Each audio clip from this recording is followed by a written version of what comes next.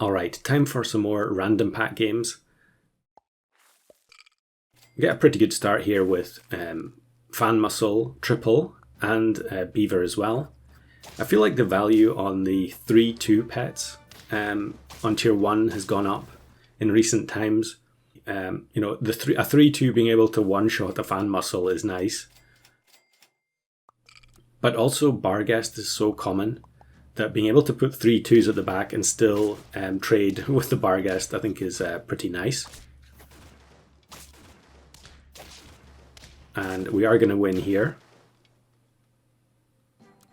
It's funny because Cricket now trades with a 2-3, but with a 2-2 Fan Muscle, the Fan Muscle comes out on top.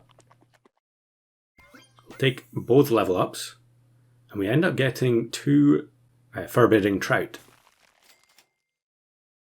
So, kind of an atypical start for me. I don't take Forbidding Trout very often unless it's required for whichever combo I'm doing.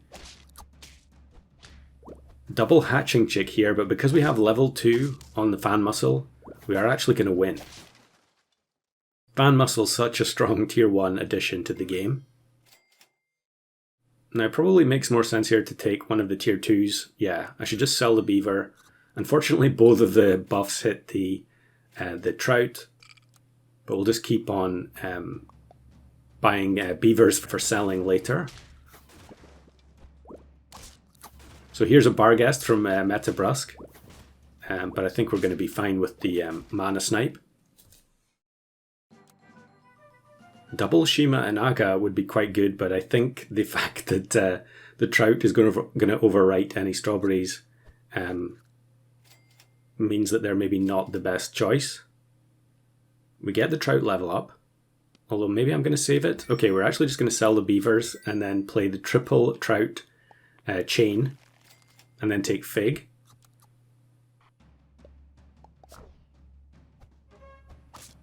Here's Wombat. Yeah, we got rid of the Toad before it got a chance to weaken anything. I think we're going to be fine there regardless because of the healing ability of the Rambutan. It's funny that I can't really think of too many situations where I'll be playing 3 of the same perk giving pets in a chain here like this, other than I guess the new Hummingbird. But given that Trout has had a couple of base stat buffs over the years, I definitely think it's perfectly sensible to do this, even outside of a random pack. And again, the damage blocking from the Fan Muscle is going to help us out. So double Sacred Falcon, double Flycatcher. I'm not sure I'm going to take either of them though. We will take the Triceratops. We're actually still on 5 hearts. So we could be on for a perfect game here. Freeze the Gelada. Impossible for me to ignore it. And here's someone else doing the same, taking one of these strong tier 1s and kind of rushing towards a victory. But their 5 squad is not as strong as our 3 squad, was it? Yeah, it was a 3 squad. So I think I'm going to... Yeah, we'll just keep the Geladas for next turn so that we can activate both of them in one go. But the Radish allows us to activate them in battle as well, which is incredible tempo. Maybe a bit too much to hope for a Fruit Fly on the opposing team at the back to activate the second Gelada. But again, I think Yoguru's team is not going to be strong enough here. Good damage blocking work from the Fan Muscle. And yeah, it's pretty comfortable in the end. The game definitely does feel very, very different when you're kind of rushing to an early victory like this. So double Nyala in shop is also incredibly hard to pass up. But here I'm trying to greed for all the Gelada activations. I should really just take the level 2. And because of the... we're just going to give up on activating it this turn. I suppose I actually could have moved it so that it would get activated by the Trout. So that was probably a mistake there. Yeah, actually definitely a mistake, because the amount of stats we would get from the Gelada there would be incredible. There's a 1 HP breakpoint there, and now we end up losing the perfect game. So I'm sure if I had just rearranged there to have the Gelada second or third, we would have won that So that was pretty bad misplay. But to be honest, I would say it's pretty rare that I'm deliberately activating Gelada in battle. It's almost always in the shop. So here's Yogra again with a different team. Both times no Vulture. Maybe it's just because it's turn 10 and it's too early to have found one yet. So we do win this time. Puts us on 9. Level up on the Nyala. What could we get to fill the last space in the squad?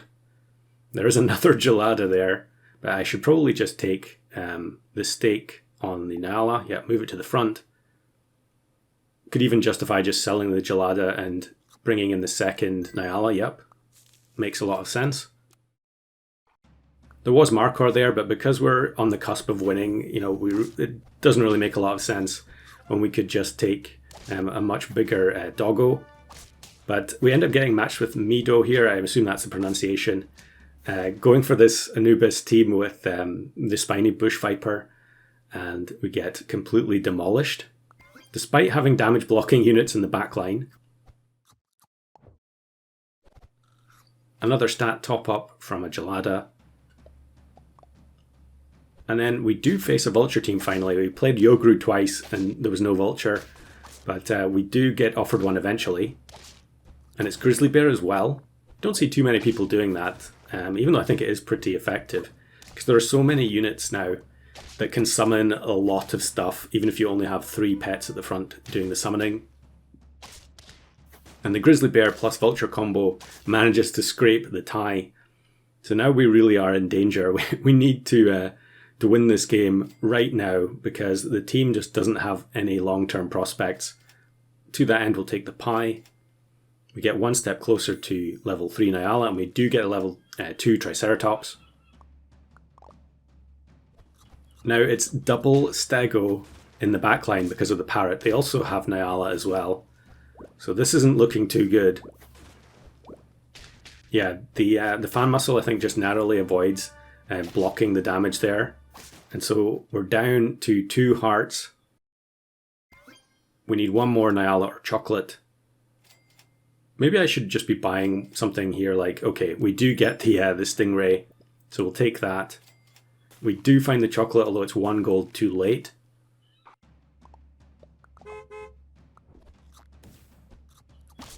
Now, both of the tasty ailments land on the 2 units that are going to gain the Rambutan, which is absolutely perfect.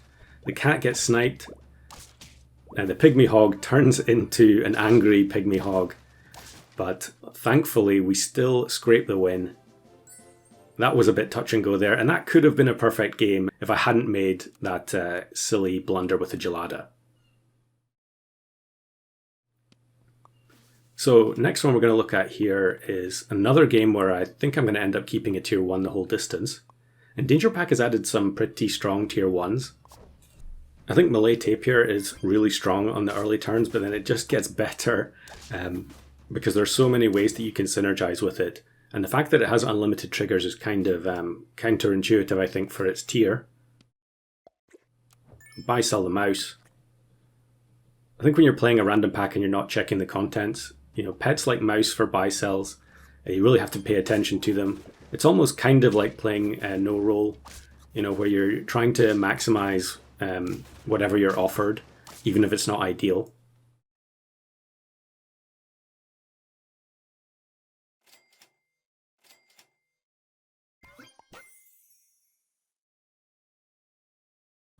So pick up the sheep, and then we're almost at the level 3 tapir. It is a bit risky playing the tapir at the front here, because if the Tsushinoko gets sniped, you're not going to get any activation, so I probably should have rearranged there. But we still win anyway. And 1 away from level 3 tapir. I don't really want the Tsushinoko level here, so we'll just look for something else. I probably should have taken the kangaroo there, but we're going to freeze Drop Bear instead, which is rapidly becoming one of my most taken units. Actually, would have been really nice to have it against this team from Wombat, because then we would have knocked out the Toad. and we're definitely going to lose as a result. Maybe I should have just sold a couple of the tier 1s and brought the drop bear in immediately there. So we get rid of one of the beetles. And am I going to get rid of Tsushinoko? Yeah, definitely makes a lot of sense. And now the drop bear gives us a bit of an insurance policy for the tapir. Here's Troubadour. Drop bear does immediately get a snipe, and you can see already like how out of control the melee tapir can get so quickly when it has infinite triggers. You know, you're getting an incredible amount of stat gain there. Admittedly, it is on just one stat, but in the early turns, just gaining tons of health is usually going to be good enough. So really, we should be looking for more ways to get attack onto the tapir. But even with only 8 attack, on turn 6, when you're gaining 3 health every time something in front attacks, it's going to be pretty difficult to lose as we beat Matchman here, although it was close in the end.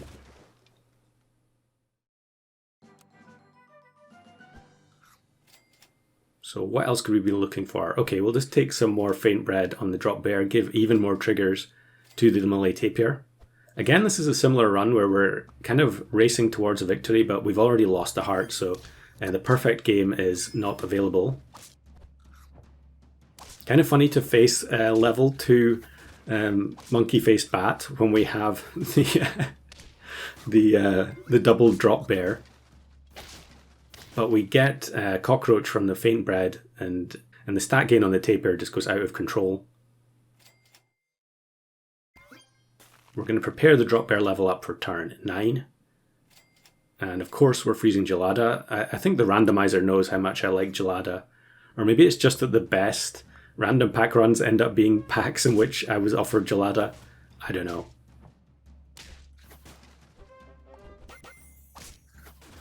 This looks like a setup for the Desert Rain Frog where it's guaranteed to become a Luska, but it didn't have any mana, so it's another easy victory.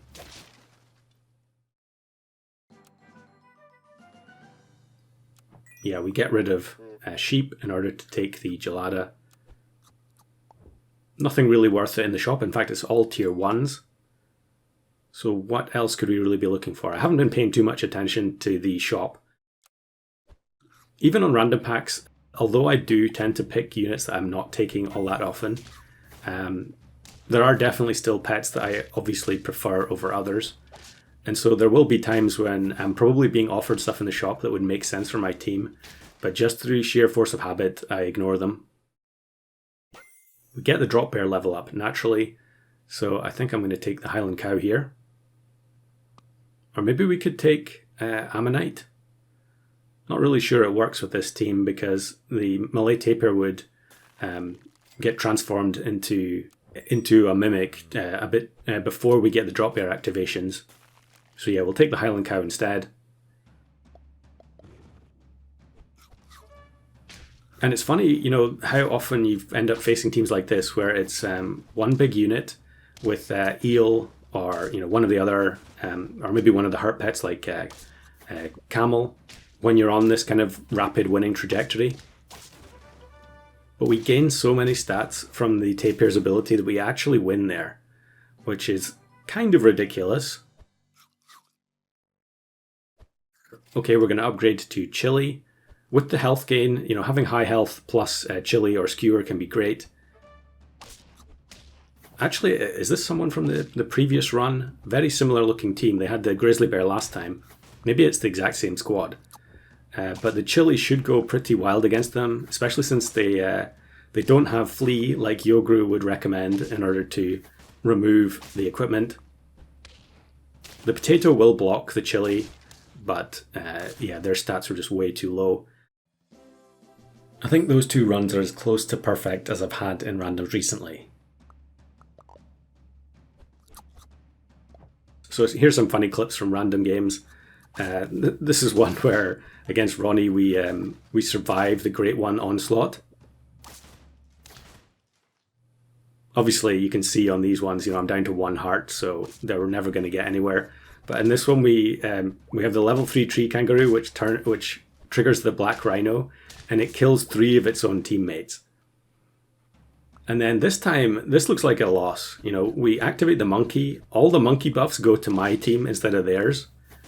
And even though they have the level 3 behemoth, the extra melon armor from the green sea turtle gets us the 1 HP win.